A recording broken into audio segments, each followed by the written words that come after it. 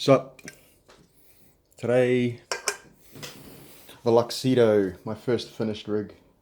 Well, my first painted, glued, tested, running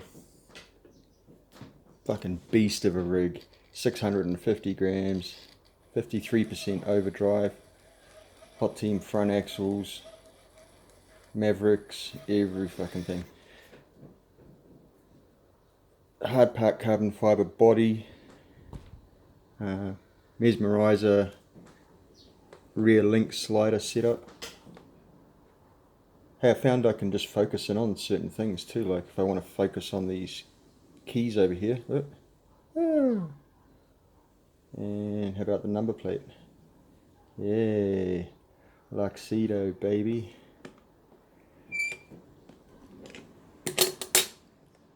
All that goodness under there.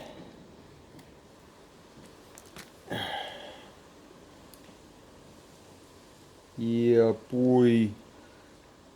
So I went with exhaust pipes, Julies.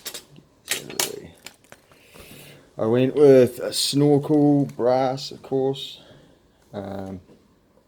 Still got all its red bits up here in the front, including steering links, even the pivot balls, the servo ear tab thing, the hook, or O-ring, D-ring, whatever you call it, up under here.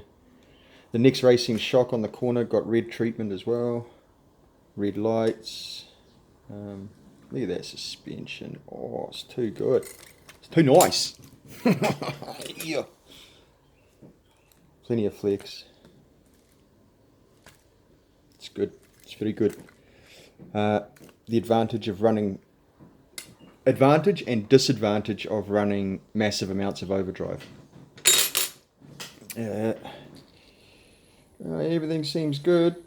Look at it sucking the body down. That's good. Oh, yeah, that's what we want. But look at it struggle now with that little motor dragging the rear. And then in reverse, it's going to pop up.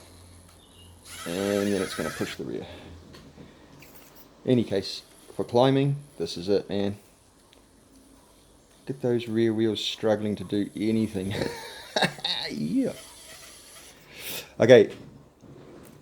Like I said, it's my first finished rig, but we all know they're never really finished, are they? I thought I'd put all the detail I thought I'd ever want on it. You know, the door handles, brass door handles, brass door handle and brass keyhole, brass tube, zoom in there, for the aerial. So the aerial goes through that tube. Just little things, eh? Like these little brass bushings down here that Mofo uses. I bought a stack of them off him and just relaced my 3Flow9 steering link in them. So she's super weighty. Like I said, it's up with a battery, it's up over 650, I think. Don't know if I've shown you guys what's underneath. There's the bottom of the body. Here's a crappy battery. See you later, that. Yeah, boy. Reefs spool with Reefs micro servo. Reefs ears. Hey, zoom in. There we go. You can see the Reefs ears there. Had to, I don't know if I can get this to show. Oh, yeah, there we go. You can see the two gold screws in the slider, but then there's two black screws above it. See them? And then I had to Dremel out or recess a piece of that side 3D printed part so that the screw went straight up into the servo ears. You see those servo ears up there? A little bit of mods here and there. This thing fit the aerial, little bracket, just sits up there. The aerial, you can spin it on its mount to get the alignment nice and perfect for the hole that you're going to have to put into it. Yeah, I'm just stoked. I'm stoked how everything worked on this build. And then I'll just thread my aerial back on. And I'll show you why things are just never finished. So, you know, she's all done. I love it. Brilliant. Yeah. The Endurer body, or the back half of it, with gold screws and a cutout for my exhaust.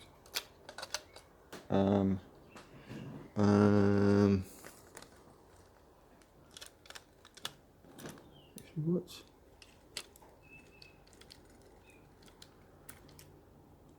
There we go. Okay. So it's only dry fit really, but it lines up perfect. The bottom lines, the door handle line, everything. And in the back, just looks like a menace. Absolute menace. Yes, please. Yes, please. Yeah, just a tray full of goodness with a couple of exhausts sticking out the side. If I can somehow manage to make that fit, what do you think? I need some feedback. Is it too much? Is it overkill? I can mount it.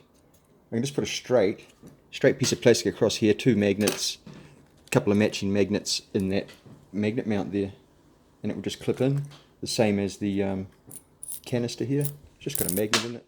So if you want to go psycho, you can just leave it off, or stick it back on. Primo. Well, that's that fella out of the way. What did I do with the front half of this? There's a standy. Seen a lot of patina jobs coming out. I just can't do it. I tried on the front of this. Put some grill in there, some mesh. I don't know. I'll do something with this. Something. But I did buy 2. And the front of this one.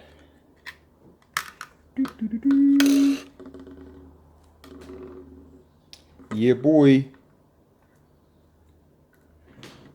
Uses the same grill, just followed a few lines.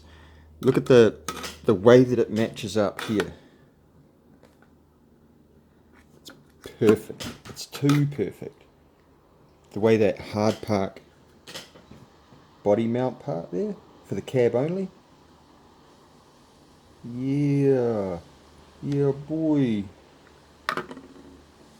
So you take this line here and you cut it straight down across the top of that screw hole, straight through there, and you end up with that. So all this is gone. Cut across there and cut straight up there. Sorry, she's fallen. Yep, straight across here and straight across here, and it just popped on. The only thing holding it on is these 2 screws in the back, this screw and this screw. That's it, and it just sits on there. Check out the nasty front on it. Ooh, she is bad boy.